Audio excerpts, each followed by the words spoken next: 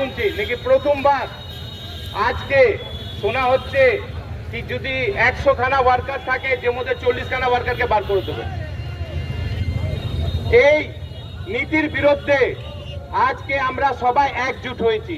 তার কারণ কি আজ আপনি 40% কাটছেন, তাহলে এখানকার দুর্গাপুরে যে ছেলে কাজ করতে যাবে তার কোথায় কাজ পাবে? আমাদের প্রথম পলিসি ছিল কি দুর্গাপুরের ছেলে দুর্গাপুরেই চাকরি।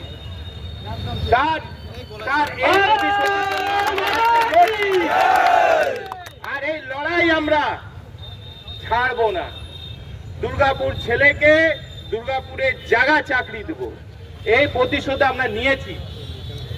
দ্বিতীয় আমরা নিয়েছি আমাদের সাধারণ সম্পাদক শ্রী মৃন্ময় ব্যানার্জি, ওনারা যে আমাদের গাইডলাইন দিয়েছিলেন যে যত ওয়ার্কার আছে তার সিএলসি রেটের মধ্যে তার পেমেন্ট হবে। তাদের জন্য আমরা কন্ট্রাক্টর অ্যাসোসিয়েশনকে বলে দিয়েছি কিছু প্রবলেম হলে আমার ফোন নাম্বারটা লিখে নেবেন।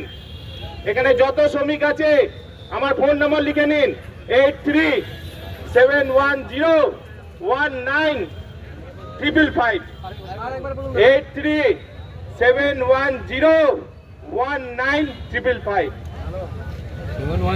আমরা পরিষ্কার ম্যানেজমেন্টকে বার্তা দিয়ে এসে গেছি। আর আজ থেকে দুর্গাপুরে ছেলের নিযুক্তির জন্য যে 40% ডিডাকশন করছে সেইটাকে মানব না। আজ এখান থেকে আমাদের আন্দোলন শুরু।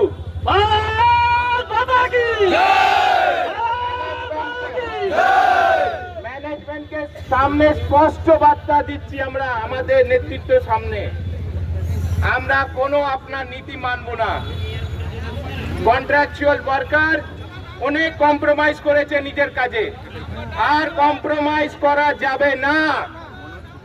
তাদের যদি দরকার পড়ে রাস্তায় নামতে হয় রাস্তায় নামবো। কন্ট্রাক্টর আমার পাশে কিছু ফোন আছে, কিছু আপনাদের এখান থেকে এই মঞ্চের মাধ্যম থেকে বলে দিচ্ছি কোনো শ্রমিককে ধমকানো যাবে না। আপনার কোনো সমস্যা আছে আমাদের সঙ্গে যোগাযোগ করুন।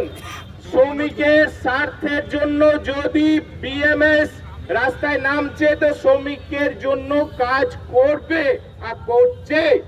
তো ওই জন্য যে কোনো কন্ট্রাক্টর আমাদের শ্রমিক বন্ধুকে ঠেট দেওয়া যাবে না।